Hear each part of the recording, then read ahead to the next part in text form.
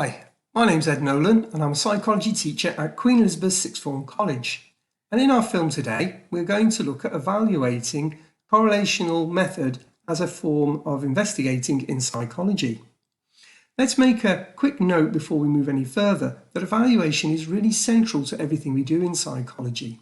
To evaluate is really what it says, is to find the value or the price of something. And we do that by looking at its costs and looking at its benefits. And we weigh up whether the costs are greater than the benefits. If so, it has little value.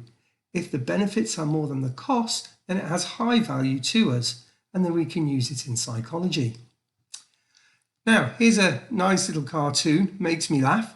This idea of a chap there saying, well, everybody who has been to the moon has eaten chicken. So he's identified a relationship. And the person behind him, therefore, coming to the conclusion that eating chicken makes you go to the moon. Now, we all know that's incorrect. But this is one of the flaws of correlations. This idea that when we see relationships, we identify a causal effect there, which may not be there. So if you remember in a previous film, we looked when describing correlational studies, we said most psychological research is like our apples and our oranges, which is two conditions, a control condition, an experimental condition, quite often in psychological experiments. And then actually we compare two different things to see if it has an effect. By doing that, we can establish a prediction that making a change will have an effect. This is what science is based on. However, in correlations, we just measure two variables and nothing is changed. So therefore, we can't firmly conclude that one thing causes the other. I don't know if you remember our example with the zoo in our previous film, where we said that if we increase the number of monkeys in a zoo, we'd have to increase the number of bananas. There's a positive relationship.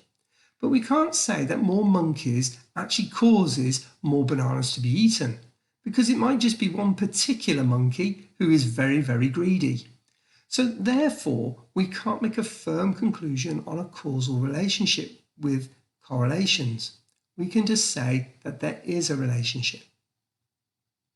Now let's have a look at the pros and cons that we've got for using correlations and see if we can come to a value with it. So first of all, we did identify as well that correlations are relatively a quick form of research because you don't have to manipulate any variables. Now, because of this, you can collect large amounts of data relatively quickly, which is good because then we can see if there is a relationship, we can carry out further research. However, it is misinterpreted by the media. At the moment, there's lots of correlational research going through the COVID-19 and identifying different factors that may or may not lead to people getting the disease. However, we can't make any firm conclusions. So for instance, if we find that when children meet together, that there are more cases of COVID-19 in their household, we don't necessarily know or can't establish that the cause of that is from the children meeting together.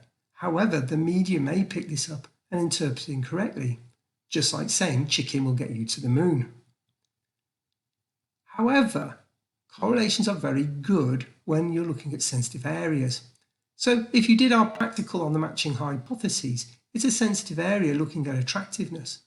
Also, when we look at practical areas, such as when we did the Bennett and Levy correlation, this idea of perceived ugliness of animals and perceived fear. We don't know what people's perceived ugliness are, so we can't put them in ugly and non-ugly until we do the research. So it becomes more practical to do a correlational study. And yes, our final evaluation point is that we cannot establish cause and effect. Remember, correlation is not causation. They are not the same thing. And so if you can't establish cause and effect, it doesn't become as useful because you can't make predictions. So overall, what can we say? It's a great starter for research. Yes, we can look at areas that might not be practical or ethical to do experimental.